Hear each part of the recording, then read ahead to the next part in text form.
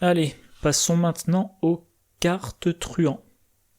Alors comme je l'ai dit dans mes 2 précédentes vidéos, que vous avez peut-être choisi de ne pas regarder, pour ce pack je teste, et on verra si la formule est satisfaisante pour moi et pour vous, je teste le découpage d'un pack en 5 vidéos, ou potentiellement 6 s'il y a des cartes neutres, de sorte à avoir 5 ou 6 vidéos qui font idéalement 10 à 15 minutes, pas plus, plutôt qu'une longue vidéo d'1 heure, voire plus. Et cette vidéo est pour les truands.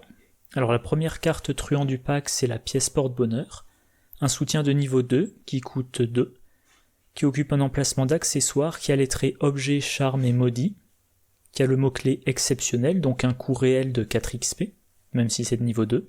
Forcé, quand vous révélez un pion béni ou maudit lors d'un test de compétence que vous effectuez, lancez une pièce.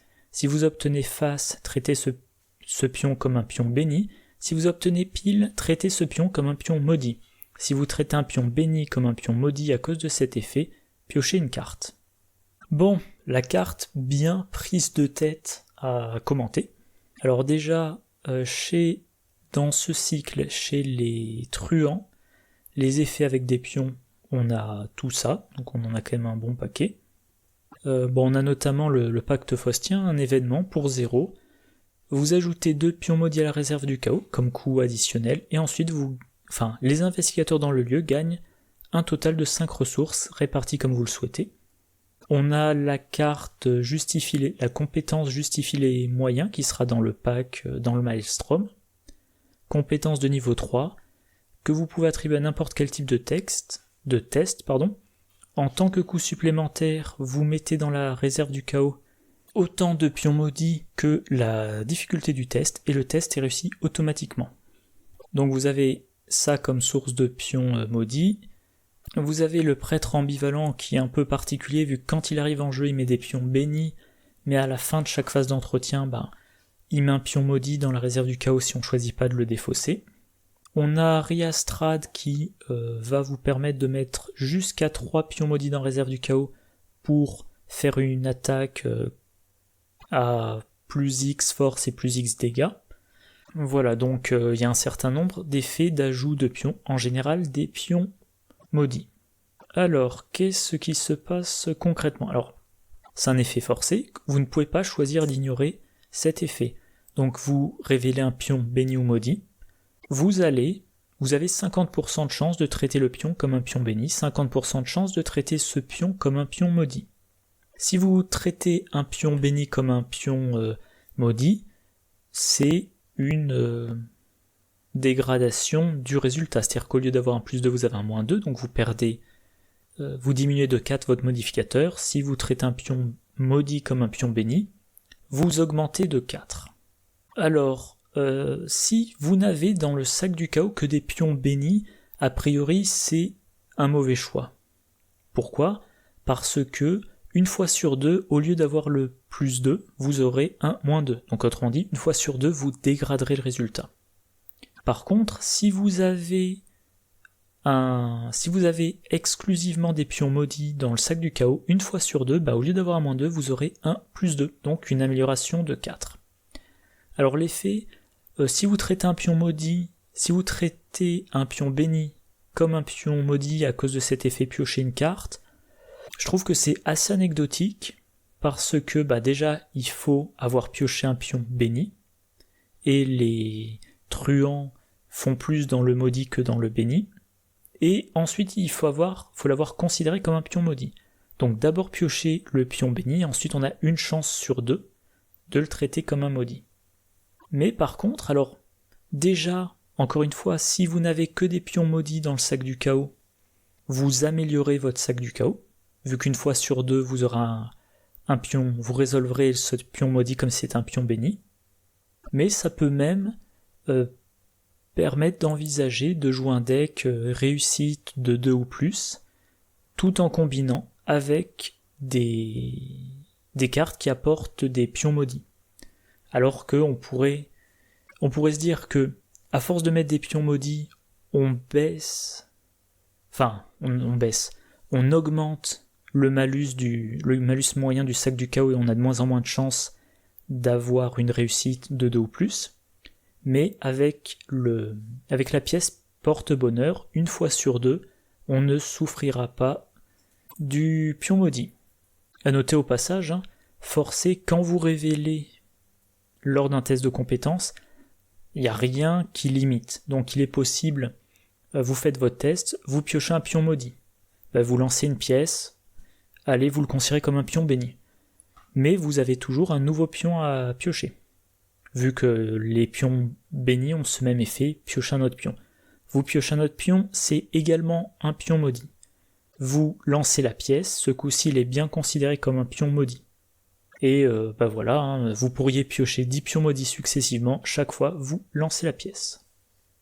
Ah oui, cette carte-là c'était simplement pour dire, si vous voulez piocher, si vous voulez un accessoire qui vous fait piocher, oui c'est un accessoire, si vous voulez un accessoire qui vous fait piocher en truand, il y a l'étui à cigarette porte-bonheur qui est bien plus simple.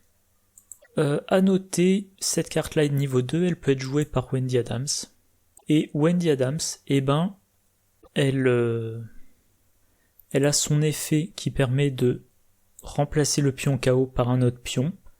Du coup, alors évidemment, il faut défausser une carte, mais elle va vous permettre soit d'augmenter vos chances de piocher des pions maudits pour que une fois sur 2, grâce à la pièce porte-bonheur, ça soit transformé en pion béni, soit une fois que vous avez vu que votre pion maudit, que votre pion, qui soit béni ou maudit, est résolu comme étant un pion maudit, elle va vous permettre de remplacer un gros malus par un malus moins gênant pour quand même réussir le test.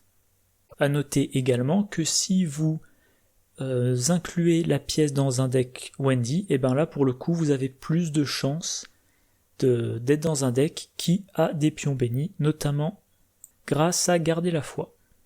Voilà, et donc comme je le disais au début, une carte entre la chance de piocher les pions bénis ou maudits quand on le veut, puis la chance du tirage de la pièce, puis la chance sur le tirage du pion qu'on pioche après le pion béni ou maudit, c'est assez dur à commenter. Alors deuxième carte truand, c'est l'œil du djinn, un soutien de niveau 2 qui coûte 2, qui occupe un emplacement de main, trait objet relique béni maudit, mot-clé exceptionnel, donc lui aussi coûte 4 XP. Réaction, quand vous initiez un test de compétence lors de votre tour, inclinez l'œil du djinn, fixez à 5 la valeur de base de votre compétence pour ce test. Si un pion béni est révélé lors de ce test, redressez l'œil du djinn. Si un pion maudit est révélé lors de ce test, vous avez le droit d'effectuer une action supplémentaire durant ce tour. Alors, fixez la valeur de compétence à 5. On pense, et là j'attends que ça charge, on pense bien sûr à Preston. Et dans toutes les vidéos que j'ai vues, il me semble que c'était le premier à être cité. Voilà, ça a chargé. Preston Fairmont, il a int partout. Et grâce à l'œil du djinn, une fois par round, vous faites une action avec une valeur de base de 5 sans avoir à... je regarde une valeur de base de 5, oui. Donc vous fixez votre valeur de base à 5, donc vous êtes déjà à 5 avant d'avoir éventuellement dépensé des ressources ou attribué des cartes ou bénéficier d'un effet passif. Donc mettons que vous avez à faire 3 tests par round, en moyenne, pour un des 3 tests, vous n'avez pas à investir dans le test autre chose que simplement l'utilisation de l'œil du djinn. Alors, là encore, 2 effets possibles. Si un pion béni est révélé lors de ce test, vous redressez l'œil du djinn. Concrètement, vous pouvez l'utiliser une fois de plus dans ce round. Dans un deck Preston, on peut jouer garder la foi, on met des pions bénis dans le sac, et si on a de la chance, ça permettra de redresser l'œil du djinn et de l'utiliser 2 fois dans un round. Et l'effet, si un pion maudit est révélé lors de ce test, vous avez le droit d'effectuer une action supplémentaire. Alors, les truands, comme je disais tout à l'heure, ont accès à plus d'effets qui ajoutent des pions maudits au sac que d'effets qui ajoutent des pions bénis au sac. Donc dans la plupart des decks truands, je pense que ça sera l'effet qu'on verra le plus souvent. Et là, vous vous fixez une valeur de base à 5. Vous avez, avec le pion maudit, 1-2. Donc une valeur de base de 5. -2, vous êtes encore à 3. Si vous piochez un pion pas trop méchant après, ou que vous aviez un autre bonus, vous avez encore des chances de réussite. Moi, je considère que 3, c'est une difficulté assez standard. C'est la difficulté par exemple de reste pourrissant. C'est la difficulté de beaucoup de traîtrises qui demandent de faire des tests de volonté dans la campagne Le Cercle Brisé. Il n'y a pas énormément de lieux qui ont une valeur occulte supérieure à 3, etc., etc. Donc 5, vous avez un -2. Si ensuite vous piochez un 0, un +1, un signe des anciens, vous réussissez normalement votre test, et en plus, plus tard, vous ferez une autre action. Et cette autre action potentielle, donc dans un deck truand qui utilise beaucoup les pions maudits, l'œil du djinn devient, en plus de cet effet on va dire de bonus, devient aussi un effet de gain d'action. Alors à noter, une conversation qui a vu lieu sur le forum, l'idée d'utiliser la carte facilité d'apprentissage dans un deck Wendy et ensuite de se donner plusieurs actions pour avoir plusieurs actions avec une difficulté diminuée. Dans ce cas-là, avec l'œil du djinn, si vous avez une action supplémentaire à ce tour, ça fera une action de plus à difficulté diminuée. Donc donc le deck Wendy Adams diminution de difficulté, ça donne par exemple ça. Voilà, donc ça c'est un deck qui n'utilise ni les bénis ni les maudits. Vous avez 2 copies de facilité d'apprentissage pour donc avoir cette difficulté diminuée à partir de la 3e action. 2 copies de Léo Deluca pour avoir une 4e action.